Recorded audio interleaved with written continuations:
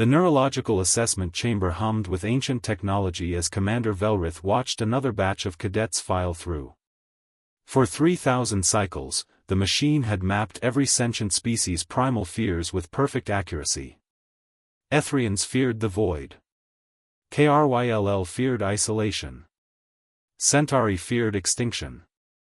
The list went on, comprehensive, predictable, and absolute. Cadet Sarah Chen stepped into the chamber, the first human to ever attend the Galactic Defense Academy. The other cadets watched with barely concealed curiosity. Humans were new to the galactic stage, their admission controversial.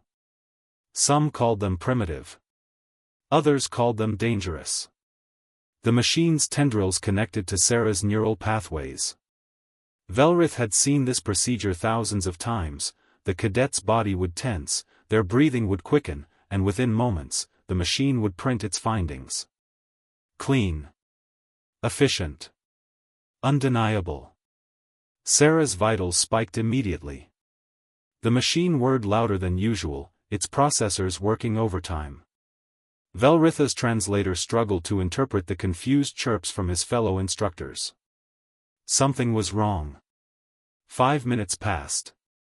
Then 10. The machine had never taken more than 30 seconds. Finally, with a mechanical groan that sounded almost like frustration, the printer activated. Velrith snatched the readout, his 3 eyes narrowing as he read the single word, unknown. Impossible, he muttered. Run it again. They did. Same result. Sarah emerged from the chamber, looking mildly annoyed. Is there a problem, sir? The machine cannot identify your fear, Velrith said, mandibles clicking in confusion. In 3 millennia, this has never occurred. A Kryll instructor stepped forward, his crystalline form refracting light nervously. Perhaps humans have no fear? Perhaps they are defective? Sarah laughed, a sound that made several cadets flinch. Oh, we have fears, sir. Plenty of them. Then why can the machine not detect them?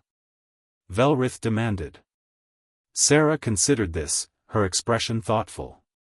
Maybe because our fears don't stop us. We're afraid of drowning, so we learn to swim. Afraid of falling, so we built flying machines. Afraid of dying, so we charge forward anyway because waiting just makes it worse. She shrugged. We don't really let fear make our decisions. The chamber fell silent. Velrith studied the human cadet with new understanding. Every species in the galaxy had evolved fears that kept them alive, instincts that prevented self-destruction. But humans? They had evolved something else entirely. They had fears, certainly, but they had also evolved the sheer audacity to ignore them. Dismissed, Cadet Chen, Velrith said quietly. As Sarah left, a Centauri instructor whispered, "Should we be concerned, Commander?" Velrith watched the human disappear down the corridor, the readout still clutched in his claw. Concerned? He paused. No. But I pity any enemy that makes humanity afraid.